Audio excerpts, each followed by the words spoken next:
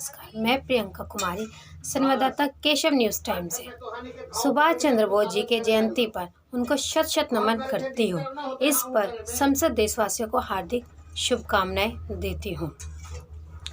जन क्रांति समाज पार्टी के अध्यक्ष डॉक्टर रामरुदन दास जी ने सुभाष चंद्र बोस जयंती पर प्रकाश डालते हुए कहा कि हम माँ भारती के उन महान लाडला के जीवन का प्रकाश डालने जा रहे हैं जिनको जन्म लेने का तो दुनिया सुना है, लेकिन उनका मृत्यु के बारे में उनके माता पिता, उनके परिवार, हमारे देश एवं दुनिया वालों के लिए रहस्य बना हुआ है।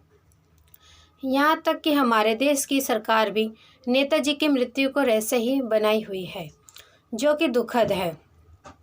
डॉक्टर रामरुदन दास ने नेताजी के जीवन पर प्रकाश डालते हुए कहा कि यह 23 जनवरी 2021 है।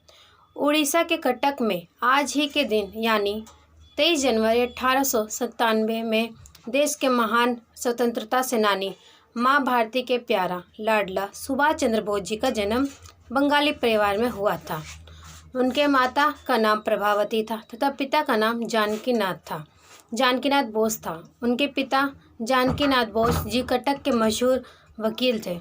माता पिता की 14 संतानों में नेताजी सुभाष चंद्र बोस अपनी माता के 9वें संतान थे। सुभाष चंद्र बोस इंग्लैंड के कैम्ब्रिज विश्वविद्यालय में उच्च शिक्षा हासिल कर स्वदेश आए और कांग्रेस से जुड़ गए। उस समय माँ भारती को अंग्रेज़ों की गुलामी से आज़ादी दिलाने के लिए अंग्रेज़ों छोड़ो का आंदोलन चरम सीमा पर चल रहा था। डॉक्टर रामरुदन दास जी ने प्रकाश डालते हुए कहा कि सुभाष चंद्र बोस महात्मा गांधी के अहिंसक आंदोलनों के विचारों से सहमत नहीं हुए, क्योंकि अंग्रेजी हुकूमत के अहिंसक आंदोलन को नज़रअंदाज कर बड़े ही निर्दयतापूर्वक स्वतंत्रता सेनानियों को हिंसा करता जा रहा था।